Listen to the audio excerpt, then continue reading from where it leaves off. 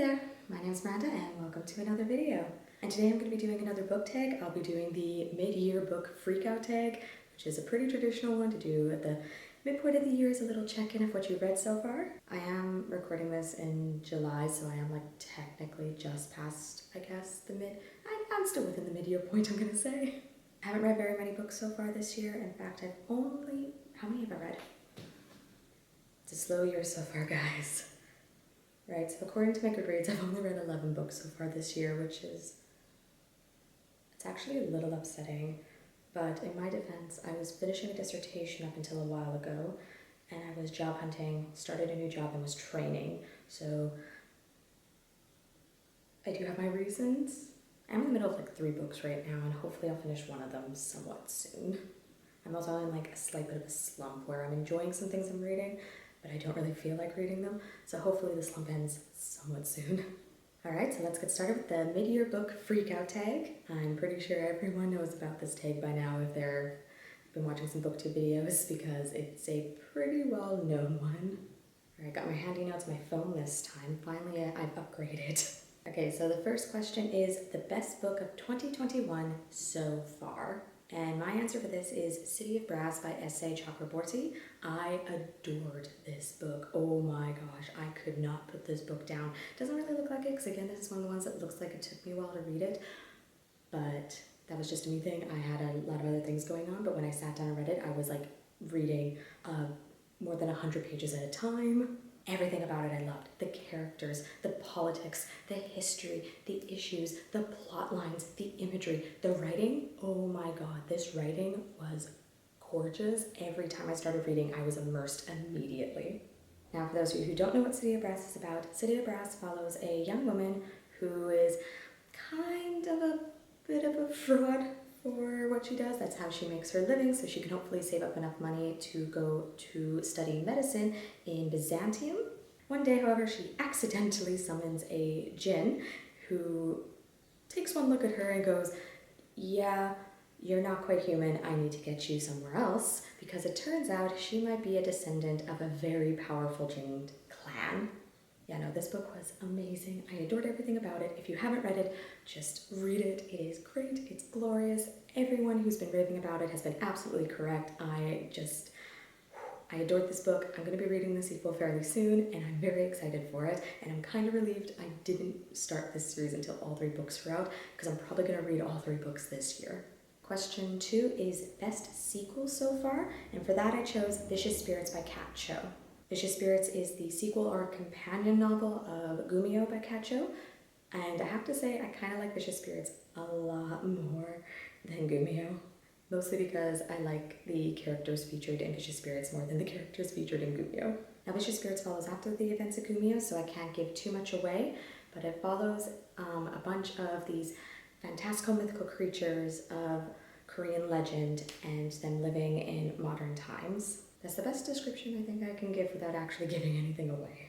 I really like this book, especially the characters. They were great, and I love how there were these extra little tales throughout the book that just gave me just more background information, gave me some more legends I could read, because I love legends and folklore. But yeah, no, Vicious Spirits, best sequel so far. Question 3 is a new release you haven't read yet, but want to. And for this, my pick is most obviously Witch Shadow by Susan Dennard. I am so excited for this book. I cannot fully describe how excited I am for this book, especially after the ending of Blood Witch. I'm pointing because it's over there. That ending was, I need this book, I need the next book, I'm really excited to read it. I have actually pre-ordered it, however, I really wanted the North American edition so that it would match my Blood Witch North American edition that I got from the Bakery box, and to do that, I just asked my parents in Canada to pre-order it for me, so it's in Canada, they have sent me photos of it. I don't have it in my hands right now, so I don't know when I'm going to read it. I might break anyway and just take it out from the library so I can read it, but I just really want my copy in my hands, so I might need to beg my parents to send it out to me, and I know I'm talking a little quickly right now, but that's just how excited I am for this book and how much I really want my copy. In case you can't tell, I'm a bit of a fan of the Witchland series. But yeah, no, so excited for this book. I don't know when I'm going to get to it. I don't know if I'm going to hold out until I actually have my hard copy in my hands, or if I'm going to break and just take it out from the library just so I can read it. We will see. So question 4 is most anticipated release for the second half of the year, and for that I chose Vespertine by Margaret Rogerson. I'm really excited for this book because I have read Margaret Rogerson's other 2 works, Enchantment of Ravens and Sorcery of Thorns. Don't know where that came from. But I'm very excited for this book because I really did like her other 2 works. Enchantment of Ravens, her debut book, is definitely my personal favorite of the 2, but I did really enjoy Sorcery of Thorns as well. So I'm really excited for Vespertine because I've been enjoying her work so far, so I think I'm going to also enjoy this one as well. Alright, so I'm kind of going a bit off a Goodreads blurb, and this book is a YA fantasy about a teen girl with mythic abilities who must defend her world against restless spirits of the dead. And the main character is someone who's training to be a Grey Sister, a nun who cleanses the bodies of the deceased so that their souls can pass on, because if they do not do this, their souls will rise as restless spirits with a hunger for the living. So effectively zombies, I guess. To be fair, I do have like a guilty pleasure for zombie books and films, so maybe that's why this is calling to me so much. But I'm very excited for this book. I can't wait until it comes out, and I have a feeling I'm really going to enjoy it. Right, question 5. Biggest disappointment you've read so far? And unfortunately, my pick for this is Kingdom of the Wicked by Carrie Maniscalco. I was very excited for Kingdom of the Wicked. I then read it, and I'm going to be entirely honest, I was so let down by this book that I am still contemplating whether or not I will read its sequel. Kingdom of the Wicked follows a young woman who is a witch. She comes from a long line of witches, and one day her twin sister is brutally murdered and nobody knows who did it. In order to find out what happened, after some clues she found, she ends up summoning one of the princes of hell, Wrath, in order to get his help to find out what happened to her sister. Now, this book, it wasn't terrible, but it wasn't... Like I said, it was one of the biggest disappointments of this year for me, mainly because, quite honestly, it spent too much time with just the main character, and I find Carrie Maniscalco does better when it's her characters interacting, but not as well when it's just focused on her main character. This is something I found also from her Stalking Jack the Ripper series. I liked it a lot more when her main character was interacting with everyone and there was a lot going on. When it was just her left alone, I found those parts dragged for me. And that was the same for Kingdom of the Wicked, and this one, there were more moments when you were just left with the main character and her thoughts, and I specifically remember one moment in the book, just this one moment, and I still can't tell you how the entirety of this girl's thought process and decisions got her all of a sudden onto a cliff overlooking things. Like, all of a sudden she was there, and all I could think was, how did you get there? How did this happen? What made you decide this was a good idea? So yeah, no, Kingdom of the Wicked, biggest disappointment. I'm still thinking about reading the sequel though, because by the end of it, it did have my intention, I guess. Mostly because, honestly, it was a good setup for what is to come. So I am interested in at least trying the second book, because I pretty much have the first book was just a setup for what's to come. At least that's what I think. So I do kind of want to try the second book just to see what happens and see if I like it a bit better. I'm also curious about this Kingdom of the Wicked and all these princes of the wicked. I want to learn a little bit more about them. They were the most interesting part of the book. So hopefully the next book focuses a lot more on them. Alright, so question 6 is a book you read that was your biggest surprise, and for that I chose By the Book by Amanda Sillett. Now, By the Book is a YA contemporary, something I do not read very often to begin with, and this book follows a young woman who is massive book room mainly for classical literature, and she ends up having to go to public school one day after the experimental school she used to be a part of on her parents' university grounds, where they're both professors, closes down. This book then follows her as she kind of learns this new school, as she makes some friends, and in this friend group they end up deciding to create a modern-day guide for finding scoundrels based on the scoundrels of classic literature. Have I explained that well? I love this book. I adored this book. This is a book I really wish they had out when I was in junior high and high school, because this is a character that just connected really well for me. But I adored this book. It was great. I loved that it had a large focus on her and her friendship group rather than a romance, and there wasn't any of those storylines in a few different YA contemporaries that I think I remember hearing about or reading on the back. Again, I haven't really read many, but some of the storylines are the popular teen girl gets mad at whoever this new main girl is because like popular guy gets an interest in her and so she bullies her, or like those really oddly stereotypical ones from like the early 2000s. Like I didn't have any of those storylines, so that's one of the other reasons why I enjoyed this book so much. So this one was one of my biggest surprises because YA contemporary, maybe there are some that I will like. I'm actually like trying a few more since this one. Right, next question is a new favorite author, and this can be either a debut author or an author that's new to you. And for this I have two, one of them being S.A. Chakraborty because, oh my god, I adored City of Brass and I am so excited for the rest of the David Bad trilogy. The other one is an author, while technically I finished the book in December, I'm currently reading the second book now, so I decided to include her, but that is R.F. Kuang, the author of the Poppy War trilogy. I adored the first books of both of these trilogies so much that I am kind of relieved I waited until all 3 books are out because I will be finishing both trilogies this year. That is my plan, or at least my hopeful plan. But I love both of these books. They were great, they were immersive, they had interesting characters, interesting plot points, and they're both like pretty epic fantasy, which is my kind of genre. Love both their works, very excited to continue with their trilogies, and I am so excited for R.F. Kuang's upcoming, what is it? It's like a dark academia book. She's been tweeting about it on Twitter. I've been following it because I'm so excited for news for when it is actually published. So R.F. Kuang, S.A. Chakraborty, my picks for some new favorite authors of mine. Can't wait to read everything else by them. Right, the next question is newest fictional crush. I'm gonna be honest, I don't have an answer for this. Yeah, no, I just don't. I can't really... Am I allowed to just say Ben Barnes' version of the Darkling?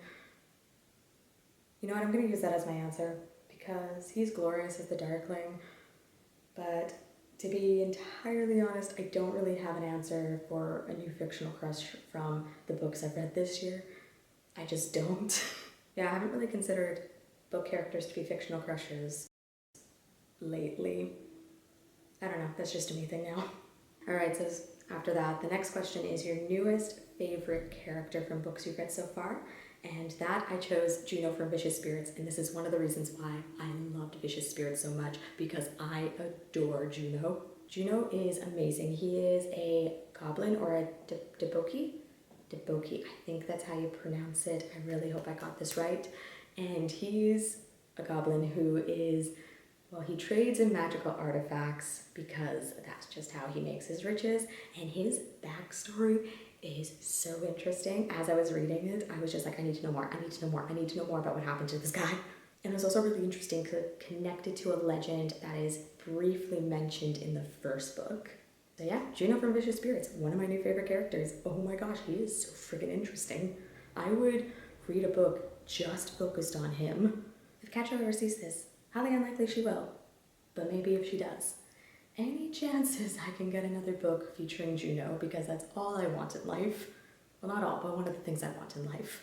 Right, the next question is a book that made you cry. I did almost cry during City of Brass, but I don't think anything has hurt me as much as Poppy War did last year. So I'm going to say City of Brass because I don't really have much else of an answer, and I didn't fully cry, but I was pretty close. Next question is a book that made you happy, and for that I chose Love and Gelato by Jenna Evans Welch.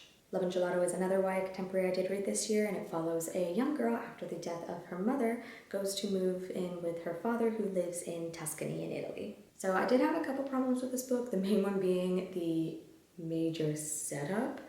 But generally speaking, as I read this book, it just made me really happy. It was cute, it was fluffy, and it was just this nice, easy read that was definitely really nice after, in particular, kind of Poppy War, because that book hurt me. The ending was so adorable that I had a massive smile on my face the whole day after I read it, and I was telling a friend of mine about it, just how cute it was, and even she agreed that it was absolutely adorable, and it kind of got me into thinking maybe there are a few YA contemporaries that I will enjoy.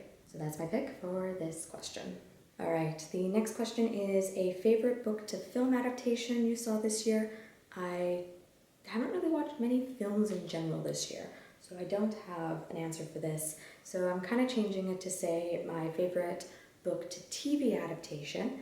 I can't remember any K-drama webtoon ones, But a big one that came out this year was Shadow and Bone. I have 2 episodes left. I will finish it. I will even be making a video on this, potentially. But that is my pick for my favorite book to TV adaptation, because the Netflix Shadow and Bone adaptation is amazing. It actually fixed so many issues I had with the series that I honestly think it's a bit better. And if you haven't watched it, watch it. That's all I gotta say. I stan Ben Barnes as the Darkling. Actually, I just stan Ben Barnes. He's great. Alright, and the final question for the Mid-Year Book Freakout Tag is, what books do you have to read before the end of the year? Right. We're gonna keep this list short-ish. To start, I'm going to be reading at the very least the sequels to City of Brass and Poppy War, so that is Kingdom of Copper and Dragon Republic. I am also hoping to read the last books, which will be Empire of Gold and The Burning God. I do plan on reading Witch Shadow very, very hopefully. There's Vespertine when it does eventually come out. I will be reading Deadly Education by Naomi Novik this year as well. I already have it out from the library. I've gone back into the Fallen Kingdom series by Morgan Rhodes. I will be finishing Gathering Darkness quite soon, and I do hope to finish at least one more book in the series. I will also be reading Red Tigress, which is the sequel to Blood Heir. And then there's a bunch of other books I have on my potential TBR, on my holds list for the online library, and a couple books on hold with the library here in Cardiff. But only the few I've mentioned are the ones most set in stone for me, that are ones that I really want to read before the end of the year. I should probably also add The Invisible Life of Addie LaRue. I really want to read that before the end of the year as well. So there you have it. This is my mid-year book freakout tag. I haven't really read that many books so far this year, but now that my dissertation is done and I have finally found a job, so I'm no longer job hunting, sending out constant amounts of cover letters and resumes and filling out a bunch of forms, I actually have some more time for some reading. Although I kind of fit it in with all my different drama binges, so there is that. Let's see if I actually manage to make it to my goal of 40 books. You know what, I think I still have a chance. Thank you so much for watching. If you like this video, please give it a thumbs up. And if you want to see more videos by me, bookish related, potentially maybe some more travel related ones in the future-ish. And then for a bunch of other of my interest topics, please be sure to click that subscribe button down below. And I'll see you next time. Bye.